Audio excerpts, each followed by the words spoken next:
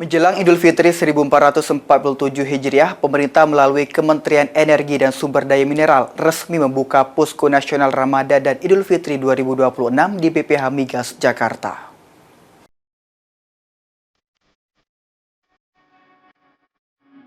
Dalam kesempatan tersebut, PLN memastikan pasokan listrik nasional dalam kondisi aman untuk menghadapi arus mudik. Direktur Utama PLN, Darmawan Prasojo menyebut beban puncak listrik diproyeksikan mencapai 47,20 gigawatt dengan daya mampu pasok sebesar 51,61 gigawatt sehingga masih tersedia cadangan daya sekitar 4,41 gigawatt. Untuk menjaga keandalan listrik selama periode siaga, PLN menyiagakan sekitar 72.000 personil di lebih dari 4.000 posko siaga di seluruh Indonesia.